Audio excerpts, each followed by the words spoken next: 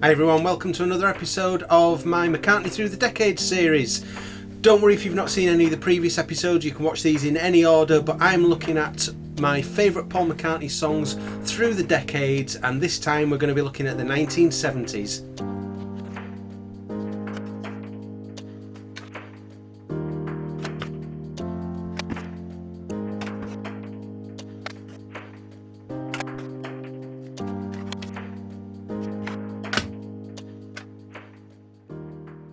Right, come on, let's do this in one take. Okay, so hello everybody, welcome to another episode of McCartney Through the Decades, looking at the 1970s, and goodness me, this has been so difficult to whittle this down to a top 25 that I'm doing on this occasion.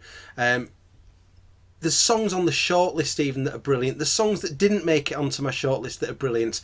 I'll show you that shortlist later on, as I usually do. I'll also send you the link to the Spotify playlist that I always put together for these, so that you can have a listen to this at your own leisure. So here we go. Top 25 Paul McCartney songs of the 1970s. At number 25, Beware My Love from Wings at the Speed of Sound. So I think this is one of Paul's very best out-and-out rockers of the 1970s. It's got that first minute or so where it doesn't do a great deal, to be honest. It's just sort of bubbling away, setting up the song. But then it explodes and you get one of his, like I say, one of his great rockers. He's singing it absolutely brilliantly. And it's a great song that, you know, in other decades would probably have got a lot higher than 25, but the 70s is such a tough competition. But yeah, number 25, Beware My Love. Number 24, it is the title track from Wildlife, 1971. So Wildlife is one of those albums that I've gained a much bigger appreciation for since the Archive collection came out. I always liked the album. I always got on really well with it. I don't have the dislike for it that some people have. But it's really sort of shone through for me over the last sort of year or two, really. And the title track's brilliant. I mean, you know, it's very much a thing of the moment for sort of wildlife conservation and thinking about the treatment of animals. And Paul was doing this 50 years ago in song, probably before. I don't know how many examples there'd been of this kind of thing before then, but you know, he was really on the ball with songs like this, and then later on Flowers in the Dirt, where he was doing things like How Many People, sort of talking about the environment and such, like really ahead of the game. But it's a wonderful song, great live version of it on Wings Over Europe, and that's my number 24. My number 23, it's the opening song from Red Rose Speedway, Big Barn Bed. So I love how this song sort of opens with, there's a bit of melody that came from Ram on Ram, because I think Big Barn Bed was sort of one of the sort of leftovers from the Ram sessions, really. But it was a great... It was a great way to start the album when they were starting to become a bigger band, were Wings. They'd got through that initial sort of period of Wildlife where it was all sort of very low key and touring a bus around Europe, and they're just starting to just build it up a bit now and just try and be a bit slicker. It's got beautiful harmonies in it. It's a good sort of up-tempo Paul McCartney pop song without being an out-and-out rocker by any means. But yeah, really nice song. That's Big Barn Bed. Number 22. So from the McCartney album 1970, it's Every Night. So I think this is probably one of the songs that showcases Paul really putting himself out there and telling people what he's feeling more than almost any other song in his catalogue. So we've learnt a lot more in the last few years when Paul's opened up in interviews, for example in the Archive collection, about the state of mind that he was going through during the period where the Beatles were breaking up and shortly after. And this is the biggest sort of clue to it in the song. Really, just him talking about, you know, every night I want to go out, get out of my head, wanting to stay in bed, and it's sort of really talking about the sort of love for Linda that he has pulling him through, but really shows sort of how fragile his state of mind was. And he said recently that, you know, he pretty much admits he had pretty much a breakdown at that point, and this is the closest we get to it in song. It's a really nice song, one of the few that was recorded for that album at Abbey Road rather than at his home studio. But yeah, lovely song. That's Every Night. Number 21, Now, this is a song that I think gets a bit unfairly treated. I don't think it gets criticised so much, but Get on the Right Thing. I think if this had been a Beatles song, I think it would be hailed as a McCartney classic. And the way I've often always thought of it is, for example, Oh Darling on Abbey Road, which is, it's a good song. It's a really good Paul McCartney song, but it's not regarded as one of his classics. I think if Get on the Right Thing had been a song available then, and it had been on Abbey Road instead of Oh Darling, and I'm not saying that I want to change Abbey Road in any way, but if it was, I think Get on the Right Thing would be regarded as a classic 1969 McCartney song. But it gets a bit overlooked, I think, because it's sort of from the early 70s Wings period. So I think it's just a brilliant song. It's got him singing great, it's got great harmonies, great energy to it, and it's one that I absolutely love. Okay, that was number 21. Number 20. Sorry, I keep looking away from the camera here, but I've got my list at the side of me, trying to do this in one take, and I can't remember where everything is. But at number 20, it's Dear Friend from Wildlife. So this was sort of Paul's cry out to John, really, dear friend, pass the wine, I'm in love with a friend of mine. And he's asking, is it the end? Is this it for John and Paul, Lennon and McCartney? Because, nobody knew at the time. Certainly Paul or John probably didn't know what was their relationship going to be. And this is Paul sort of really worrying about, is this it? Have we fallen out now and we're never going to get it back again? And we know that thankfully they did become friends again later on, certainly in John's life, and they'd made up. But Paul was really worried. John would come out with something like "How do you sleep?" Having a go at Paul, and Paul, I know they did a lot of sort of trading between the two of them, but Paul's sort of singing, is this the end? Can we get anything back? It's a beautiful song. He sings it beautifully. Some of the high notes that he just sort of slips up into, especially I noticed on the demo version that we got with the archive collection of Wildlife back at the end of 2018. It's just, the singing to me is even better. I think he was just in his kitchen or something bashing it out. You can hear the kids in the background, and just the way he hits those high notes, just absolutely gorgeous. But yeah, lovely song. That's Dear Friend. We have got next at number 19 from Ram, Monkberry Moon Delight. Oh, I love this song. It's just out and out bonkers. It's crazy. You've got about the wind playing a dreadful cantata. You've got references to tomatoes and just stupid things. But it's a brilliant Paul McCartney rock song. It's got fantastic energy all the way through. Utter nonsense, but brilliant nonsense from Paul, and it's really at home on the Ram album. It's one of the highlights of the album for me. So yeah, that's number 19, Monkberry Moon Delight. At number 18, some people hate this song, but I don't. It's Mull of Kintyre. His anthem to Scotland that still gets played when he's playing live at appropriate concerts. And I know that this didn't, I don't think it got a release at all in America at the time, or was it the B-side? Was it swapped around with Girls' School? I'm not quite sure. But in the UK, if you're not familiar with how big this song was in the UK, let me just tell you that to this day, it's still the biggest selling non-charity single in UK chart history. Still. It outsold every single that the Beatles released. And I think if I'm going to try and think about a reason why that is, why that happened, think back to 1978. You've sort of got punk's just happened. You've got a bit of an aftermath of punk, new wave coming in. Disco was big. And I just wonder if the sort of traditionalism of this song, coupled with somebody that people could trust in Paul McCartney, and the fact that the British charts were just crazy in the 1970s, they really were. I think that was a bit of a storm that meant, perfect storm that gave the conditions for people to sort of, those that wanted to react against the current trends, those that trusted Paul McCartney. It just became an absolute monster hit, and it was the first single in the UK to sell over 2 million copies. And I think that's probably why I've placed it so high. I do love the song. I think it's a great song for what it is, but I think the fact that it achieved what it did and Paul was able to get that kind of an achievement from it helps me to probably push it up my list a bit. But I love the song anyway, so that's Mull of Kintyre. At number 17, from Red Rose Speedway, My Love, his beautiful love song to Linda. So the thing that everybody remembers about this song is the guitar solo, and you know, why not? It's a beautiful solo by Henry McCulloch, and it's been said in interviews many times about how, you know, Henry said to Paul, "I've got an idea for the solo, can I try it?" And Paul's a bit nervous. Yeah, go on then. And Henry just pulled this out of the bag, one take, beautiful. And we've seen, again lately with the archive collection, it's given us a new perspective on things.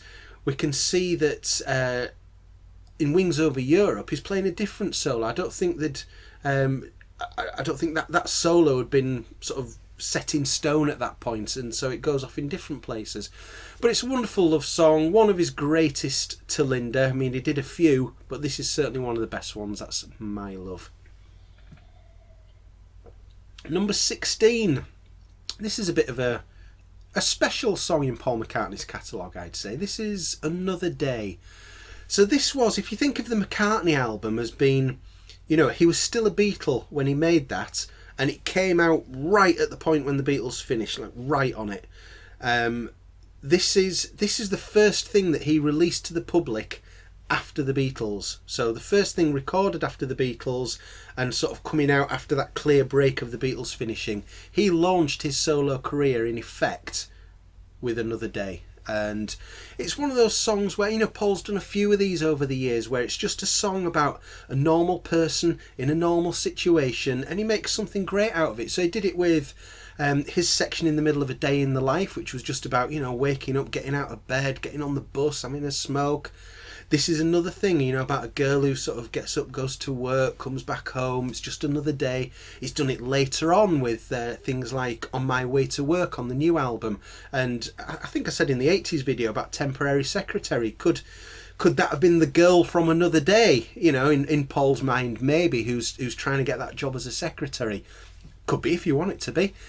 So, yeah, it's something that Paul's done right throughout his career, and this is a great example of it. It's got wonderful bass, beautiful melodies, and yeah, it's the start of his post-Beatles solo career as far as I'm concerned. Great song. Where are we next? Okay, number 15.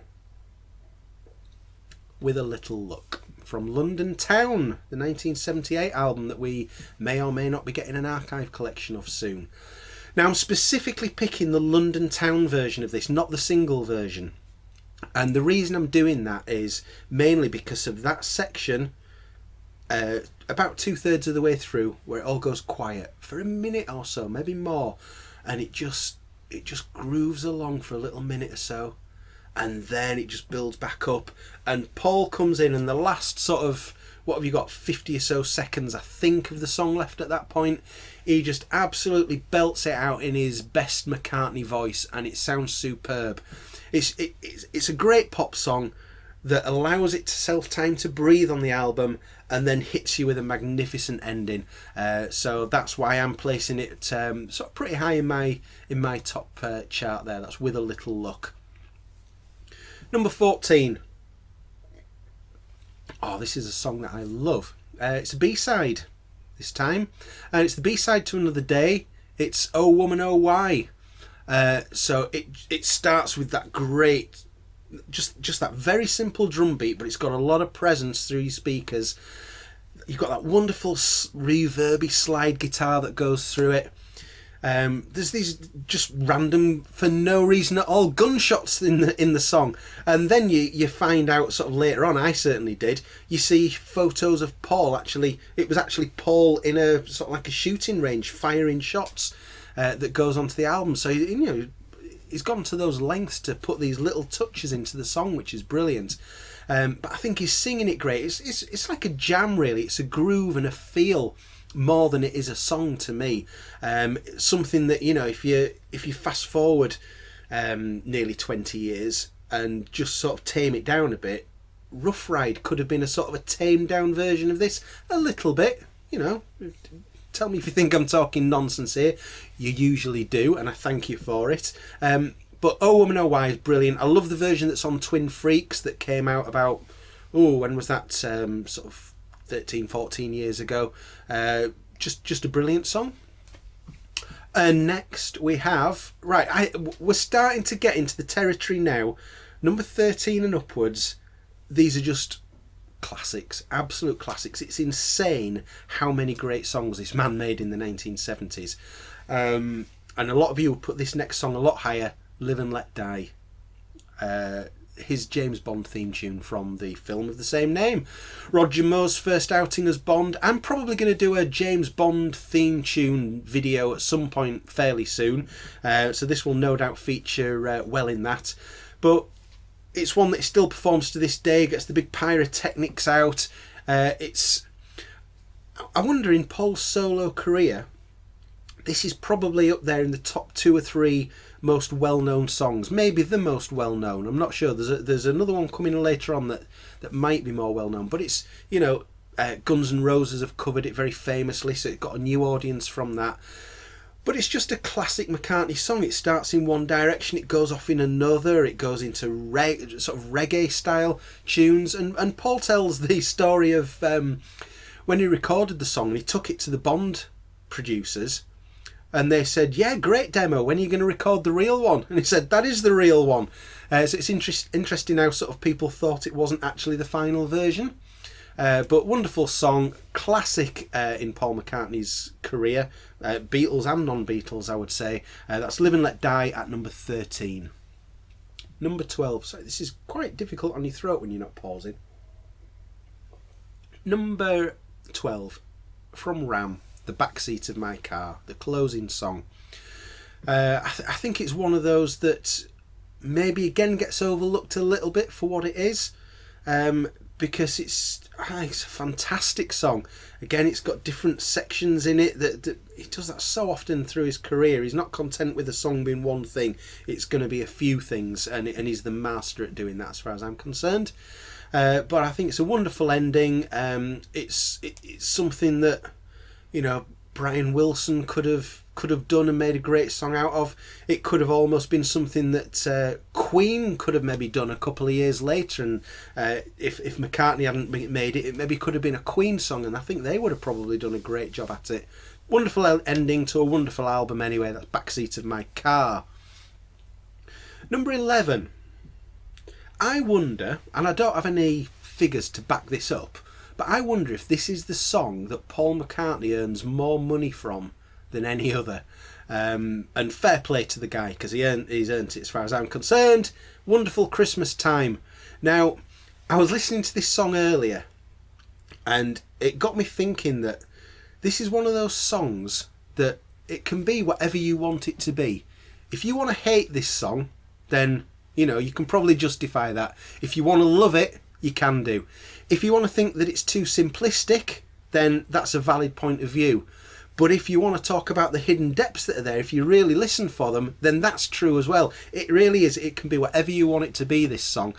I think there's a lot more going on there than is obvious the first few times you listen to it. There's just lots of different things throughout.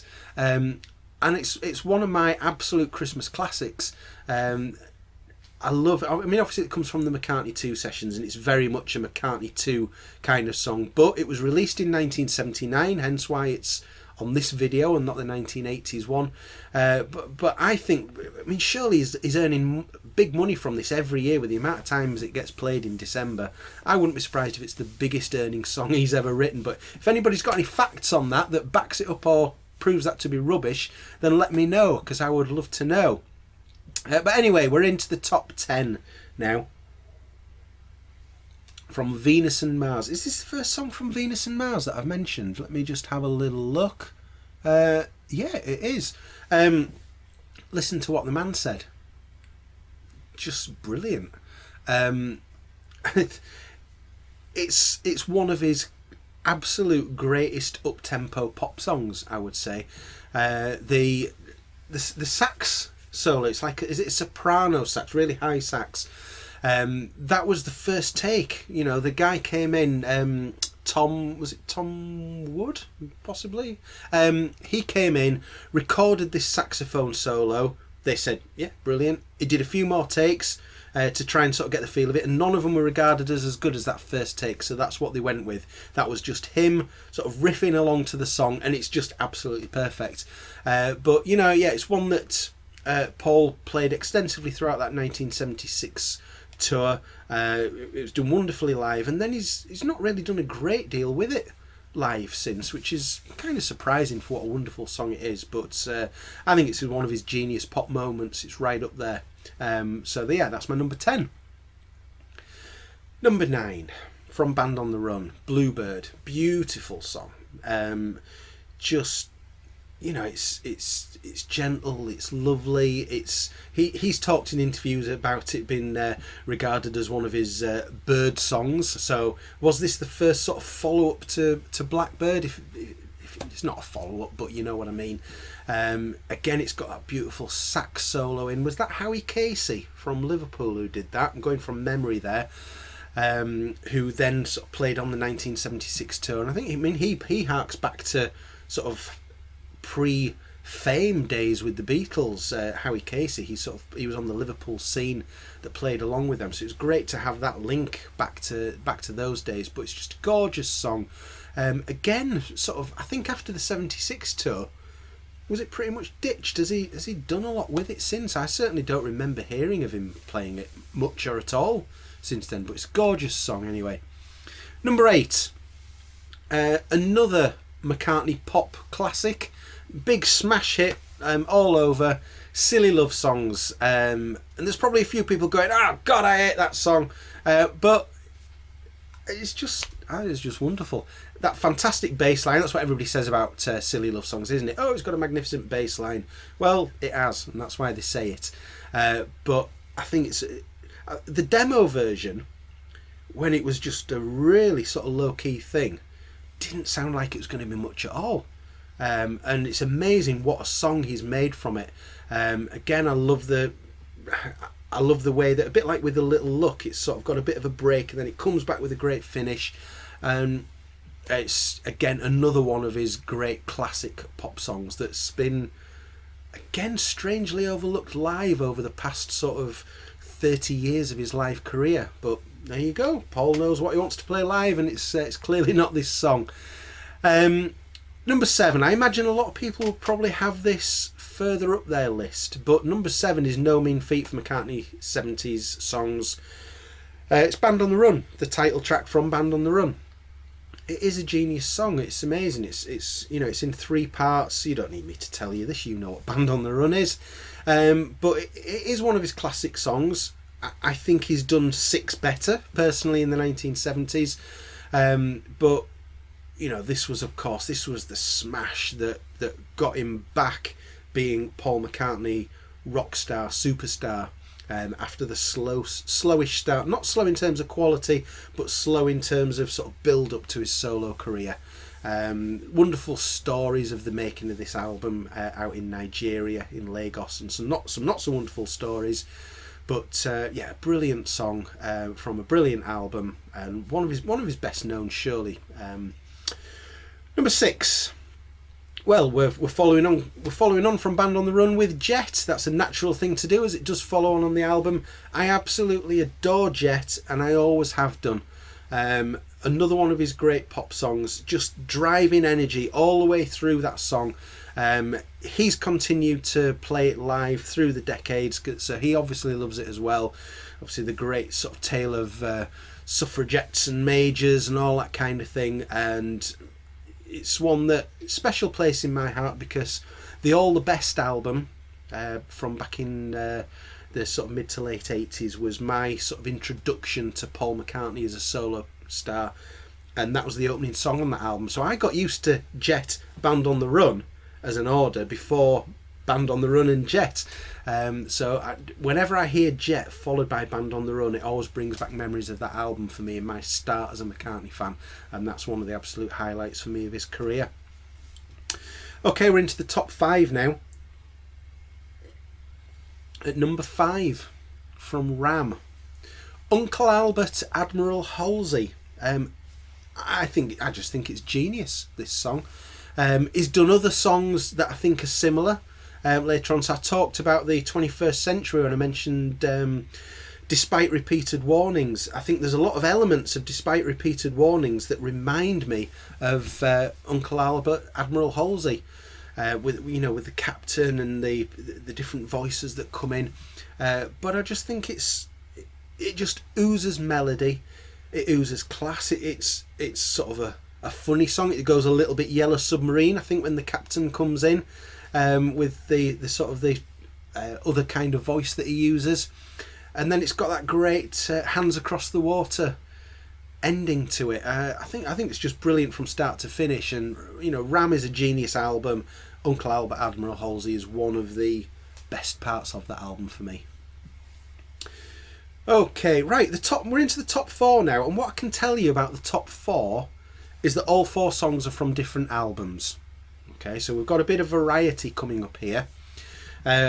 Number 4, a song that for me, if I'd have done this a few years ago, might not have even featured at all, but it just gets better and better and better through the years. From Red Rose Speedway, Little Lamb Dragonfly. I absolutely adore this song.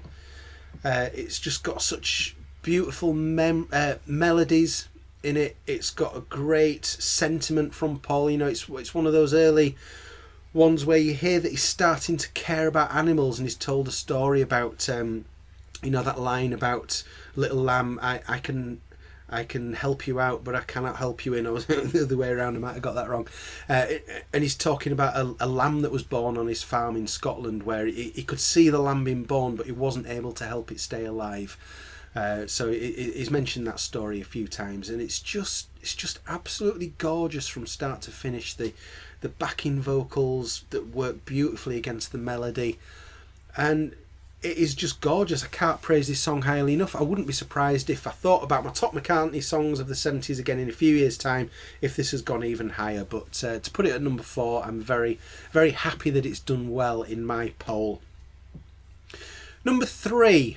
Okay, before I get to number 3, I'm going to show you this shortlist, as I always do. So these are the songs. They're going to come up on your screen now. These are the songs that are considered for the top albums, top songs of the 70s, but didn't quite make the cut. And they're all brilliant. There's no slack here. There's even a load of songs that didn't make it onto my shortlist that are fantastic as well. It's just been so difficult as this.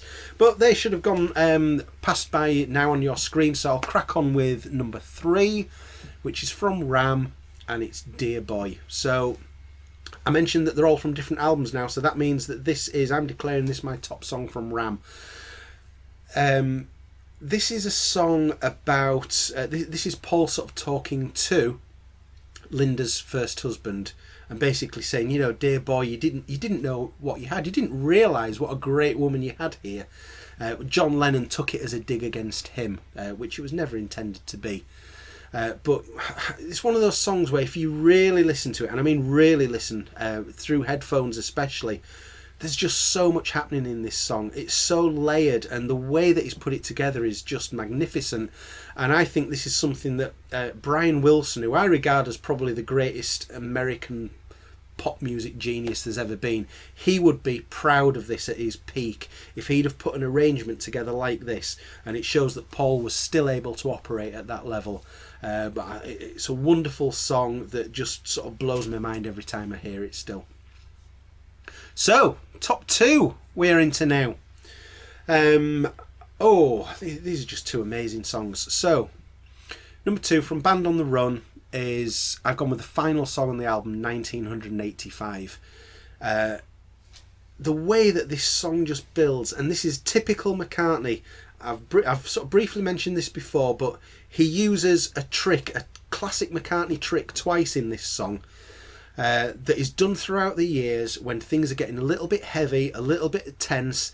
He likes to just relieve the pressure a bit. I don't think he likes it getting too much non-stop tense. And so there's that bit where after the first sort of build up and it's got all heavy, it just sort of just calms down with some nice sort of vocals. That was awful, forget that. But it's a bit like you've got a pan on the boil and it's getting really aggressive and the water's bubbling, and he just lifts that lid off and he just lets the bubbles simmer down a bit, and he does that, and then he puts the lid on and he lets it build back up again, and it builds back up into something monumental, a fantastic ending to the song. And then he does it again. I think it's got a bit too heavy for him, and he does the one thing that I really wish he hadn't done, because I don't like this, but he tags that bit of Band on the Run onto the end of it. I've never liked that. But again, I think it's just him obviously sort of rounding out the album and trying to make it feel a bit concepty. But I think it's just him lifting that lid again and just letting those bubbles die. Oh, it's got a bit heavy as this. Let's just turn the heat down and just get those bubbles down. Classic McCartney trick, but it's a fantastic song. Absolutely love it. 1985. Right, okay, we've nearly made it to the end now. Thank you for watching, by the way. I hope you're going to leave some comments about your favourites of the 1970s. And I will now tell you about my number one song of the 70s.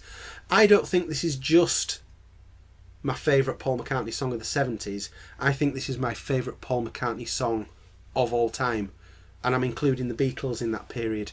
I think, so this is a song that it features him. He recorded it, he played the drums, he played the bass, he played the piano, the guitar, he sings it.